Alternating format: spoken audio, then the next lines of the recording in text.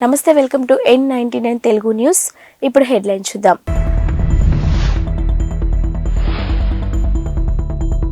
ఇవాళ మరో 2 గ్యారంటీలకు ప్రభుత్వం శ్రీకారం. సెక్రటరియట్ వేదికగా లాంఛనంగా ప్రారంభించనున్న సీఎం.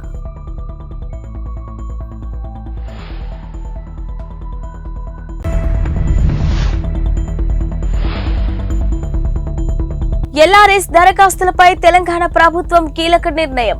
మార్చి 31 లోపు క్రమబద్ధీకరణకు అవకాశం ఇచ్చిన రాష్ట్ర ప్రభుత్వం.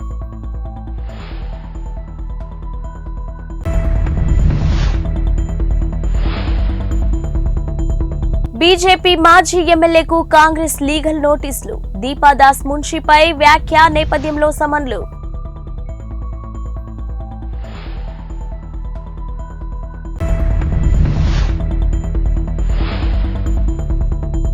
రేపటి నుంచి తెలంగాణలో ఇంటర్ పరీక్షలు పకడ్బందీగా ఏర్పాట్లు చేసిన ఇంటర్ అధికారులు.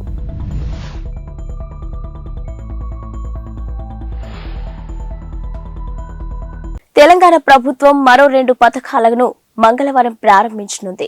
కాంగ్రెస్ పార్టీ ఎన్నికలకు ముందు 6 గ్యారంటీలు ఇచ్చింది. ఇక ఇందులో ఇప్పటికే కొన్నింటిని అమలు చేశారు. తాజాగా మరో 2 పథకాలను ముఖ్యమంత్రి రేవంత్ రెడ్డి ఇవాళ సాయంత్రం ప్రారంభించనున్నారు. ఇందుకు సంబంధించి తెలంగాణ ప్రభుత్వం ఆహ్వాన లేఖను విడుదల చేసింది. గృహజ్యోతి 200 యూనిట్ల ఉచిత విద్యుత్తు, 500 రూపాయలకే గ్యాస్ సిలిండర్ పథకాలను ప్రారంభోత్సవ కార్యక్రమంలో ఇవాళ సాయంత్రం 4 గంటలకు రంగారెడ్డి జిల్లా చేవెళ్ల ఫరా ఇంజనీరింగ్ కాలేజ్ లో జరగనుంది. ఇక ఆహ్వాన పత్రికలు తెలిపింది. ఈ కార్యక్రమంలో ముఖ్య అతిథిగా సీఎం రేవంత్ రెడ్డి వస్తున్నారని, విశిష్ట అతిథిగా మల్లు భట్టి విక్రమార్క వస్తున్నారని, సభ అధ్యక్షులుగా ఉత్తమ్ కుమార్ రెడ్డి వ్యవహరించనున్నట్లు ఆహ్వాన పత్రికలో వెల్లడించారు.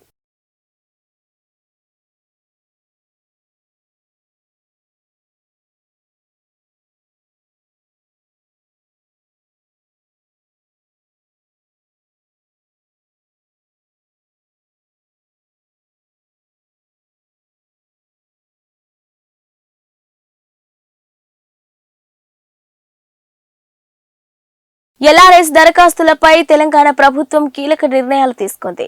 ఇక 2020లో స్వీకరించిన ఎల్ఆర్ఎస్ దరఖాస్తులను మార్చి 31 లోపు క్రమబద్ధీకరణకు అవకాశం ఇవ్వాలని కాంగ్రెస్ ప్రభుత్వం నిర్ణయించింది. లేఅవుట్లు క్రమబద్ధీకరణ చేసుకునేందుకు వీలు కల్పించింది. దాంతో 20 లక్షల మందికి ప్రయోజనం చేకూరనుంది. ఇక దేవాలయాల, వక్ఫ్ భూములు, ప్రభుత్వ భూములు, కోర్టు ఆదేశాలు ఉన్న భూములు తప్ప ఇతర భూముల రెగ్యులరైజేషన్ కు అడ్డంకులు తొలగినట్లయింది. ఇక లేఅవుట్ల భూములను క్రమబద్ధీకరణ చేసుకునేందుకు గతంలో బీఆర్ఎస్ ప్రభుత్వం ఎల్ఆర్ఎస్ విధానాన్ని తీసుకొచ్చింది. గతంలో బీఆర్ఎస్ ప్రభుత్వం తీసుకొచ్చిన ఎల్ఆర్ఎస్ వల్ల స్థానిక సంస్థలకు ఆదాయం సమకూరింది. ఇక అనుమతి లేకుండా చేసిన లేఅవుట్లలో కొనుగోలు చేసిన వారికి క్రమబద్ధీకరించుకునే అవకాశం సర్కారు మరోసారి ఇవ్వనుంది. ఇక అనధికారాలే లేఅవుట్లలో ప్లాట్లు కొనుగోలు చేసిన వారు ఇల్లు నిర్మాణానికి అనుమతులు రాక అటు అమ్ముకునేందుకు వీలు లేకుండా ఉండేది. ఈ క్రమంలో ఆ లేఅవుట్లలో ఉన్న ప్లాట్లను క్రమబద్ధీకరించడానికి గత ప్రభుత్వం ఎల్ఆర్ఎస్ స్కీమ్ తీసుకొచ్చింది.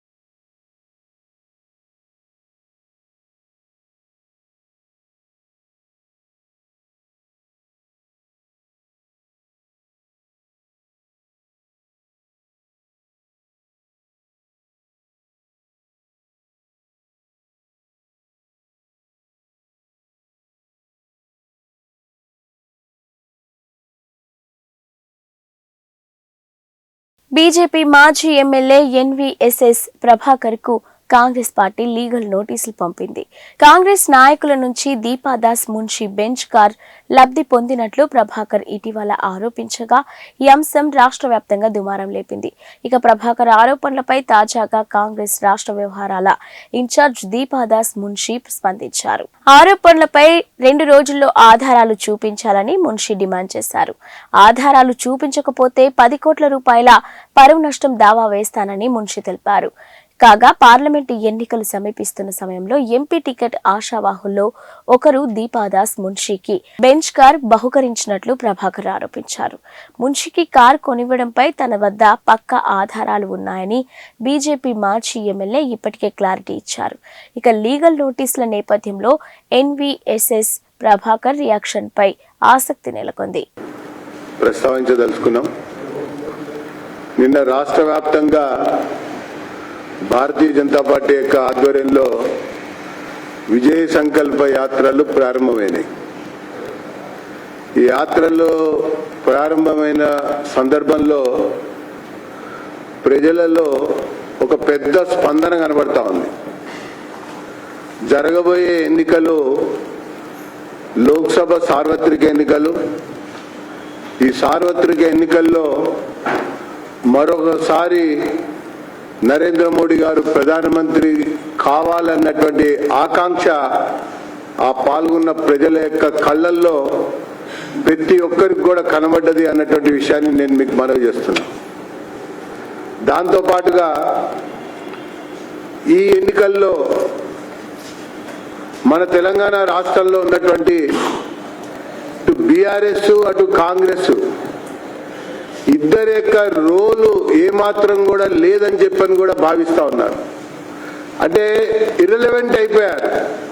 ఈ పార్లమెంట్ ఎన్నికలు మరొకసారి మోడీని గెలిపించడం కొరకు జరుగుతున్నటువంటి ఎన్నికల్లో మన పాత్ర ఉండాలి, మన ప్రమేయం ఉండాలి, అన్నిటికంటే ఎక్కువ మన ప్రాతినిధ్యం కూడా ఉండాలి అన్నటువంటి ఒక అభిప్రాయంతో తెలంగాణ ప్రజానికం ఈ యాత్రలకి బ్రహ్మరథం పడుతూ మరి ఆ రకంగా ముందుకు సాగుతున్నటువంటి ఒక వైనాన్ని చూసినటువంటి తర్వాత ఈ కాంగ్రెస్ బీఆర్ఎస్ యొక్క గుండెల్లో రైలు పరిగెడతా ఉన్నాయి.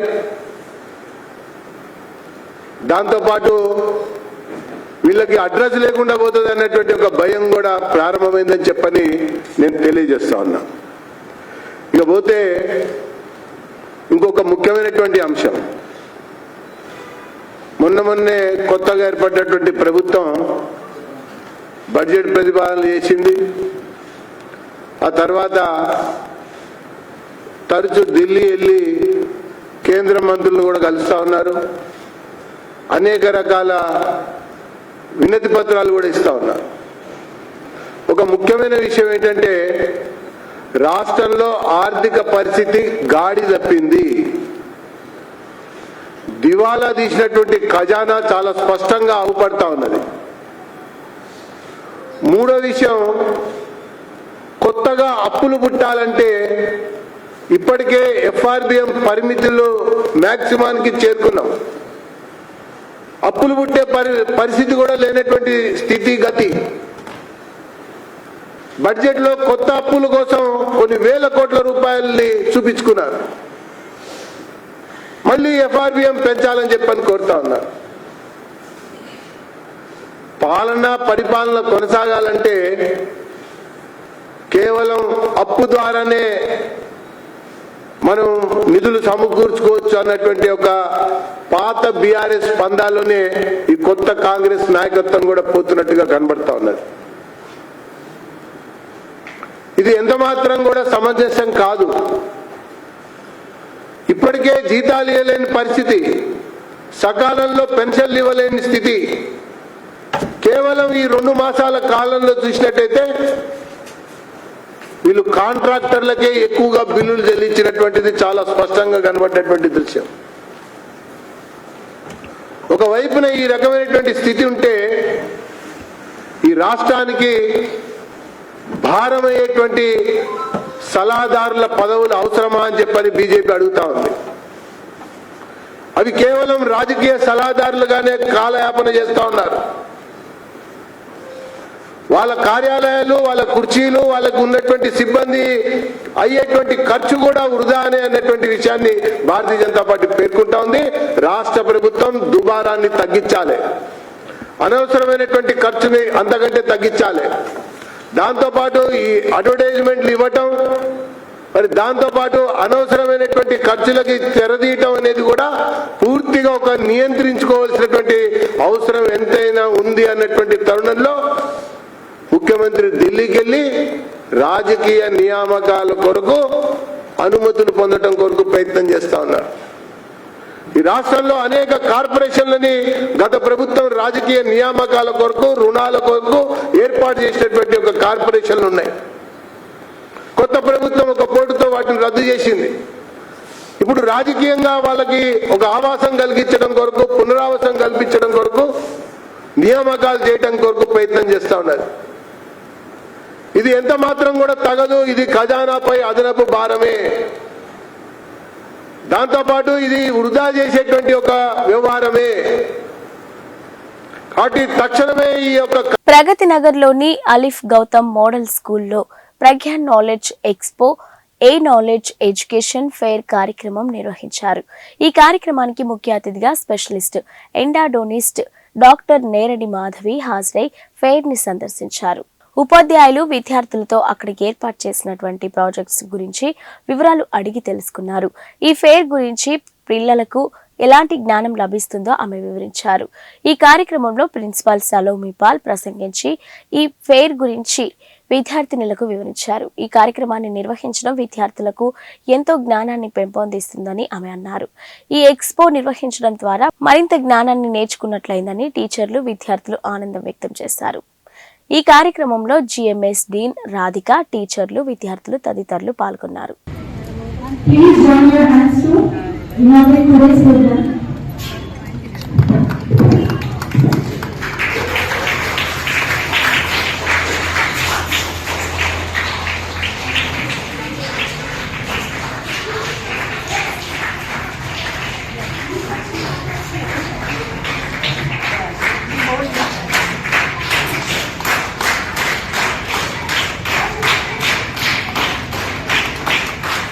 Thank you, ma'am. Thank you so much.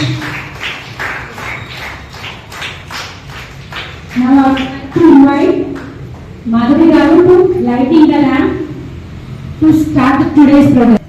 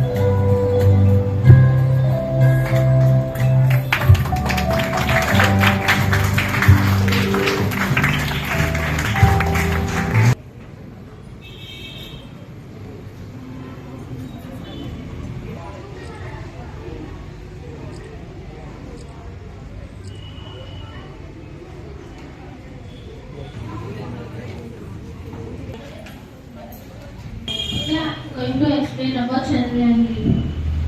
This is my science project, the third moon mission by ISRO. The full form of ISRO is Indian Space Research Organization. The cost of Chandrayaan-3 is 600 crore rupees. Chandrayaan-3 is launched on 14th July 2023 from Sriharikota. Chandrayaan-3 is launched using LVM-3 rocket. The rocket has 3 stages. In first stage, the 2 boosters will be used. In second stage, the Vikas engine will be used. In third stage, the cryogenic engine will be used. This is where Chandrayaan 3 is located. Chandrayaan 3 has 3 parts: orbital, lander, and rover. Now I am going to talk Chandrayaan 3.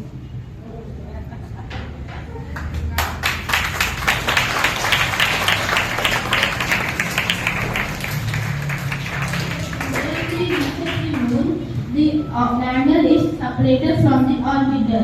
The lander lands on the moon and the Pragyan rover comes out from the lander. The Pragyan rover stays on the moon for 14 days. The purpose of this to achieving safe landing, exploring lunar surfaces, searching invaluable scientific data.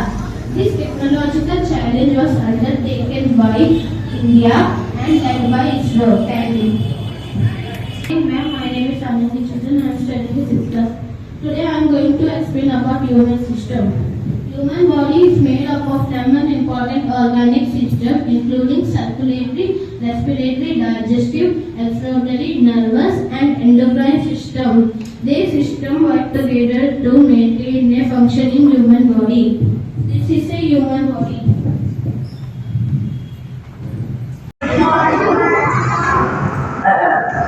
Just I would like to say a few words on this occasion.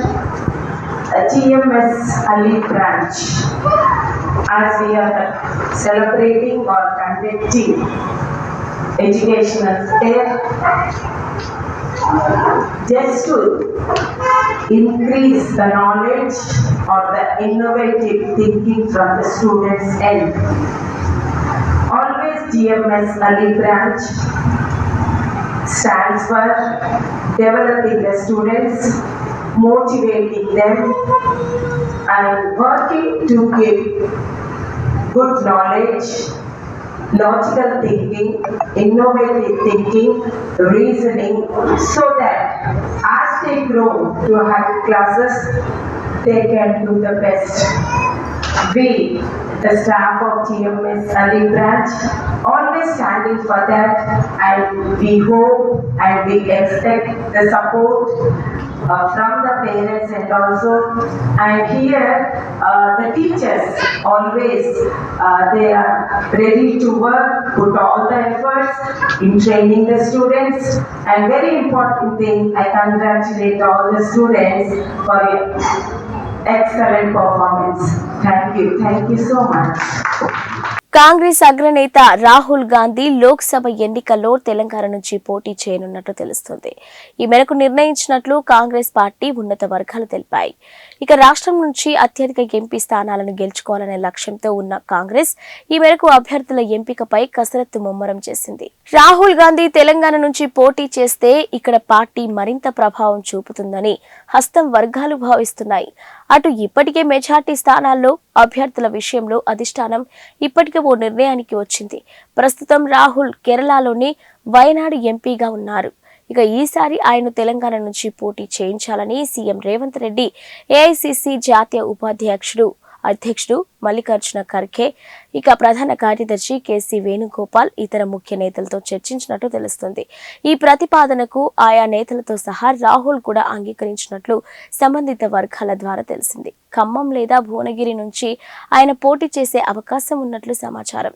దీంతో పాటు ఉత్తరప్రదేశ్లోని అమేఠీ నుంచి కూడా ఆయన పోటీ చేస్తారని party ఉన్నత వర్గాలు తెలిపాయి.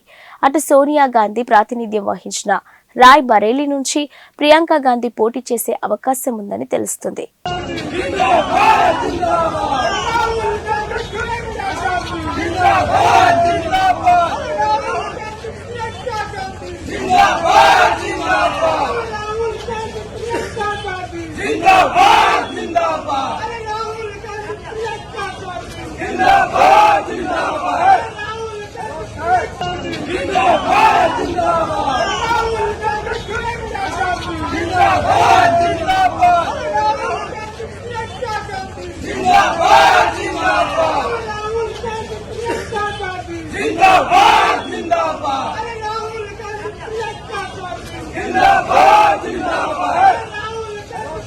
తెలంగాణలో బీజేపీ అగ్రనేతలు వరుస ఎన్నికల పర్యటనలకు సిద్ధమవుతున్నారు. వచ్చే లోక్సభ ఎన్నికల్లో రాష్ట్రం నుంచి కనీసం 10 ఎంపీ సీట్లు గెలవడమే లక్ష్యంగా పెట్టుకున్న నేపథ్యంలో కాంగ్రెస్ బీఆర్ఎస్లు ప్రచారాన్ని ప్రారంభించక ముందే ముమ్మరంగా ప్రచారం చేపట్టాలని బీజేపీ భావిస్తుంది. ఆ మేరకు ఆ పోటీలకు అభ్యర్థుల ప్రకటనకు ముందే ఈ నెలాఖరులోగా అభ్యర్థుల తొలి జాబితాను ప్రకటించి ఎన్నికల ప్రచారం చేసేందుకు బీజేపీ నిర్ణయించినట్లు తెలుస్తుంది. ఈ నేపథ్యంలో ప్రధానమంత్రి నరేంద్ర మోదీ, కేంద్ర హోంమంత్రి అమిత్ షా, పార్టీ జాతీయ అధ్యక్షుడు జేపీ నడ్డా సహా అగ్రనేతలు రాష్ట్రంలో పర్యటించి సభలు నిర్వహించేందుకు సన్నద్ధమవుతున్నట్లు తెలుస్తుంది. ఇక ఎన్నికల షెడ్యూల్ వెలువడిన వెంటనే ఆదిలాబాద్, సంగారెడ్డిలో ఏర్పాటు చేసిన సభలను ప్రధాని మోడీ సందర్శించి ఎన్నికల ప్రచారాన్ని ప్రారంభించనున్నట్టు తెలుస్తుంది. ఆయా సభల కంటే ముందే రోడ్లు, ఇతర అభివృద్ధి కార్యక్రమాలకు శంకుస్థాపనలు మోడీ చేపట్టాలని ఆ పార్టీ నేతలు భావిస్తున్నారు. అయితే ఈ నెల 29న ఢిల్లీలో జరిగే బీజేపీ పార్లమెంటరీ బోర్డు సమావేశంలో 17 స్థానాల్లో మెజార్టీ స్థానాలకు అభ్యర్థులను ప్రకటించే అవకాశం ఉన్నట్లు తెలుస్తుంది.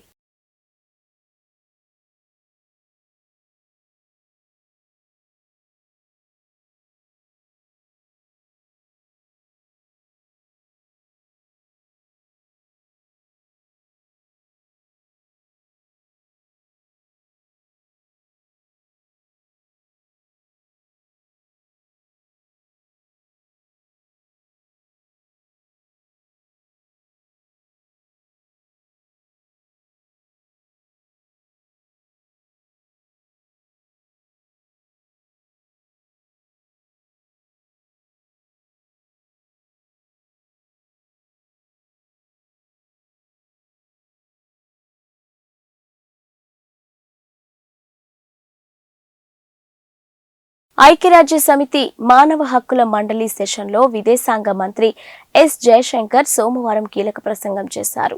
గాజాలో ఇజ్రాయెల్ యుద్ధం కారణంగా మానవతా సంక్షోభ పరిస్థితులు ఉత్పన్నమవుతున్నందున పరిష్కారంపై ఇరు దేశాలు దృష్టి పెట్టాలని సూచించారు.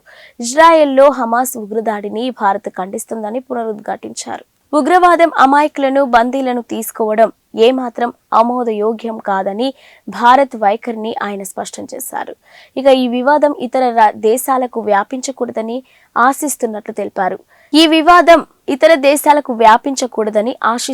తెలిపారు.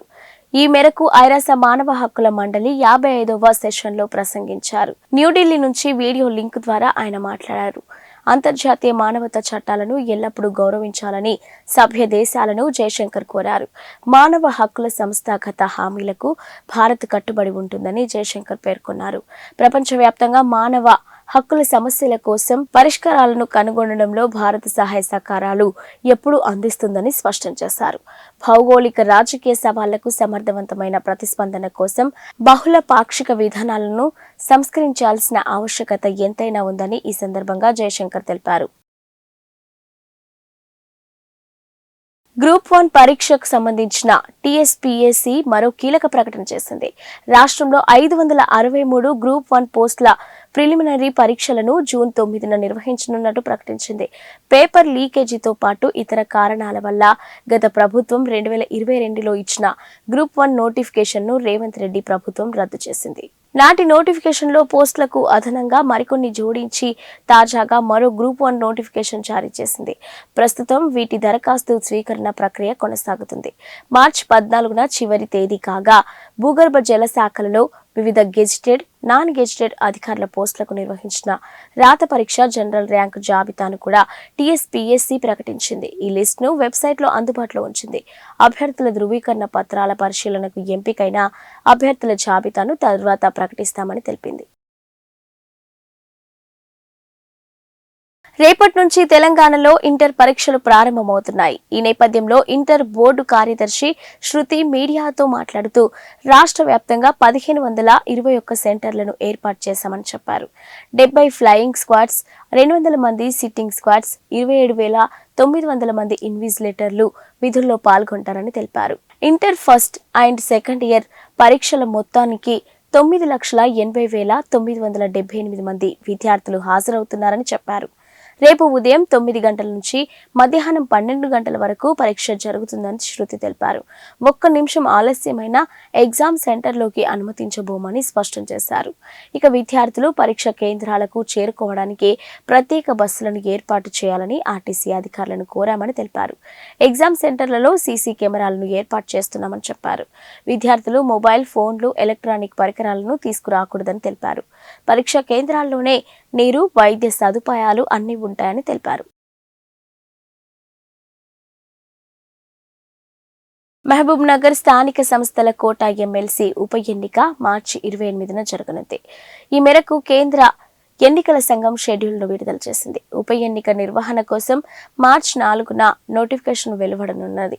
అదే రోజున నామినేషన్ల ప్రక్రియ కూడా ప్రారంభమవుతుంది. నామినేషన్లు దాఖలు చేయడానికి మార్చి 11న డెడ్ లైన్ అని, మరుసటి రోజున స్క్రూటీనీ ఉంటుందని, ఉపసంహరించుకోవడానికి మార్చి 14 తుది గడువు అని పేర్కొన్నారు. పోలింగ్ మార్చి 28న జరుగుతుందని, ఓట్ల లెక్కింపు ఏప్రిల్ 2న జరుగుతుందని ఆ షెడ్యూల్లో ఎన్నికల సంఘం పేర్కొంది. ఇప్పటి వరకు ఆ స్థానానికి ఎమ్మెల్సీగా ఉన్న కసిరెడ్డి నారాయణరెడ్డి గత ఏడాది జరిగిన అసెంబ్లీ ఎన్నికల్లో కల్వకుర్తి నుంచి పోటీ చేసి గెలవడంతో రాజీనామా చేశారు. ఆ కారణంగా ఏర్పడిన ఖాళీని భర్తీ చేయడానికి ఇప్పుడు ఉప ఎన్నిక అనివార్యమైంది. ఇవి ఇప్పటివరకున్న బులెటిన్ అప్డేట్స్. మరిన్ని అప్డేట్స్తో మళ్ళీ కలుద్దాం.